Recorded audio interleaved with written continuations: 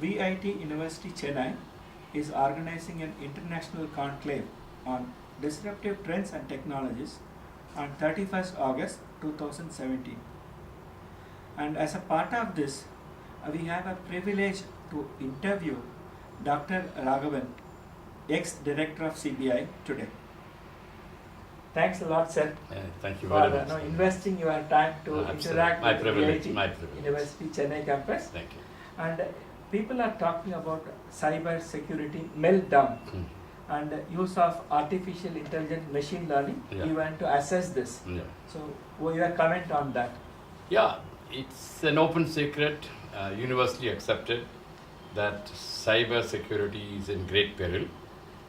Nothing is absolutely secure. There's nothing like 100% security. Yes. Here, I usually draw an analogy between cyber security and VIP security. We've had so many VIP assassinations Yes. in spite of the best efforts. There's nothing like 100% VIP security. So, in the same fashion, there is no 100% cyber security. In spite of all the gadgets which private companies advertise, they're good. I'm not decrying them, Yes. but they don't keep the intruder away, because a clever intruder with some resources and intelligence can still penetrate the best guarded website. Oh, okay. That's the problem. Professor Rajesh? Sir, I begin from the academic institute, Yes. and we know what the curricula and syllabus is, but still hearing from an expert in cyber security, which is in the practical domain, it will be good to know. And I wish to know your opinion first on, what type of knowledge a student should equip themselves with in the cyber security in the current era. My lament is students coming out of colleges, especially engineering colleges, still don't recognize the value of getting qualified in the area of cybersecurity. That's a gold mine for employment. So I advise a lot of graduates, engineering graduates, to come to me. Said, here there's an opportunity. It's not enough if you are BE or BTech in chemical engineering or mechanical engineering. I don't think that's going to fit you good jobs. Cybersecurity is the in thing, and there's plenty of opportunity. It's not very difficult to learn. It is not very high tech in the sense that with minimum knowledge of technology, you can still do a lot to educate yourself and to advise companies and organizations, not merely private sector. The government also needs to learn a lot and then protect themselves. US, one of the most advanced countries. Take the WikiLeaks, for instance. Yes. So they look comical.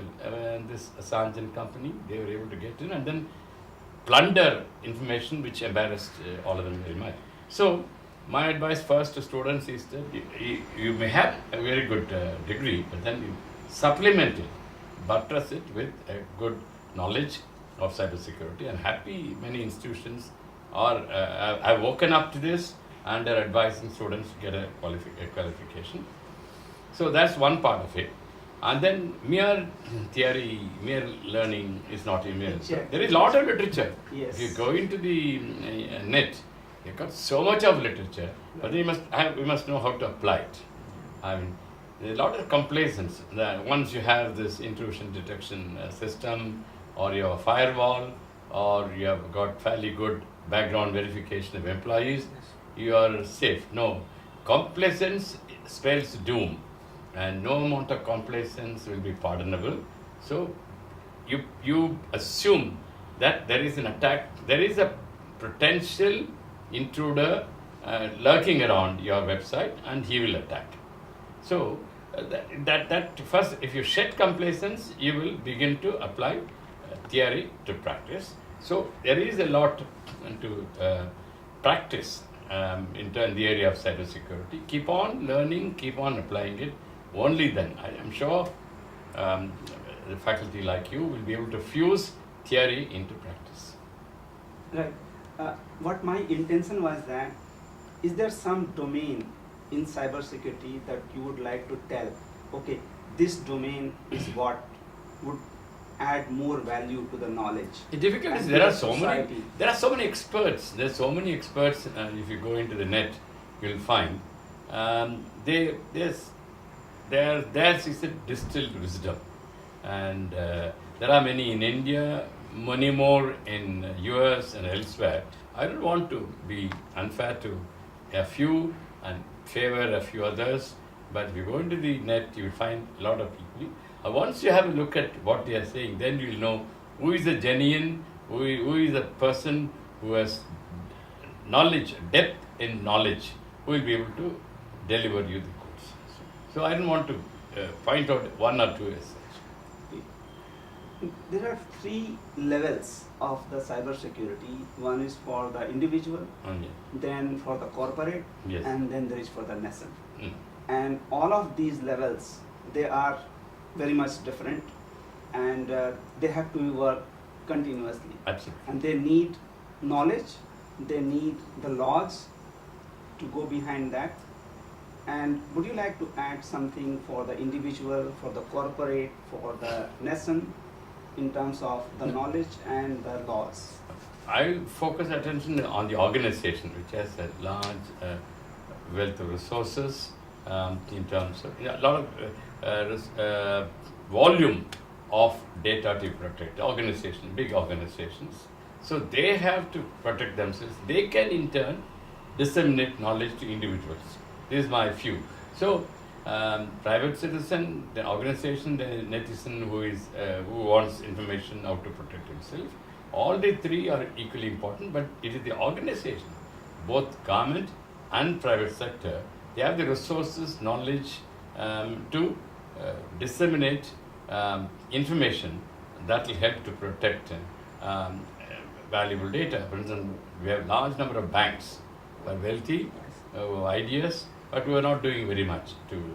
So, but one point I would like to mention, it is not mere technology, mere knowledge that's going to help. Ultimately, it is the individual who handles data.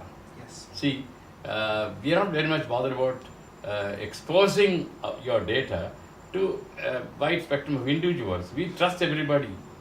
Trust, in this instant, trust does not beget trust.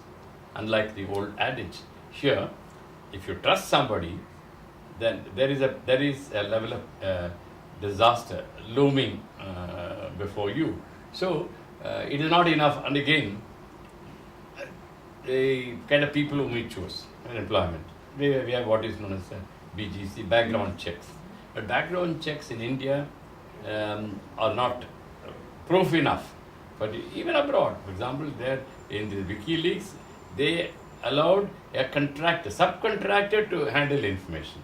Some banks also have allowed individual employees to access their Credit Suisse and a few other organizations, where individual is able to, was trusted with, although they built number of controls, within the website there are a number of controls, but still they allow one individual to access information, and if that individual turns to be a rogue, then the whole thing is lost.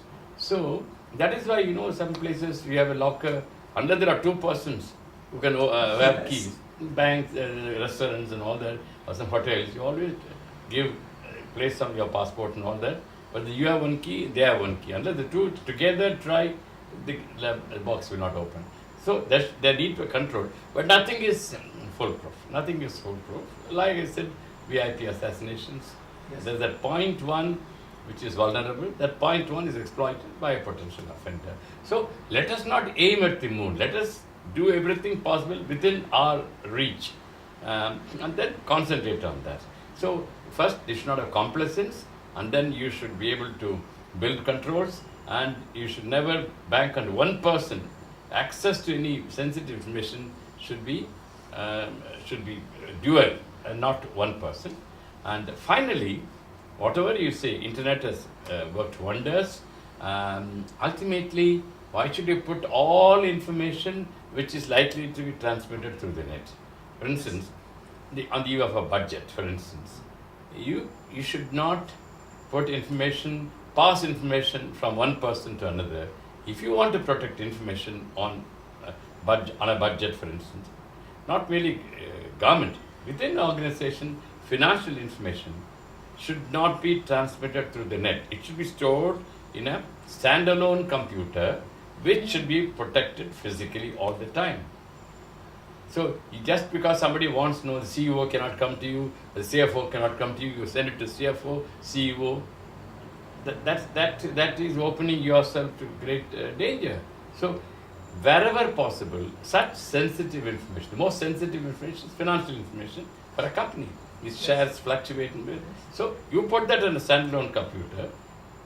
Nobody except 2 or 3 should know where this particular computer is, and that computer should be housed in a place which is not vulnerable, which is heavily guarded. So these are fundamentals. But sir, information, it has got the 3 components: confidentiality, availability, and integrity. And if you just close it in one physical place, again, it is of... I'm not saying all information should be. You make an assessment. This is inviolable. This information should not be known to anybody other than the CEO, CFO, and the one other person in finance. Nothing more sensitive than financial information, especially for a private organization. So this is my advice. Put it in a standalone computer, put enough controls, guard it, and not many people should know that a particular standalone computer has this information. But the rest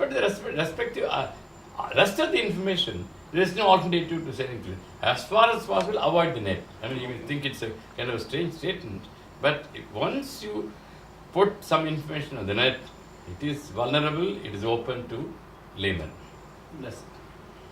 The organization current day, they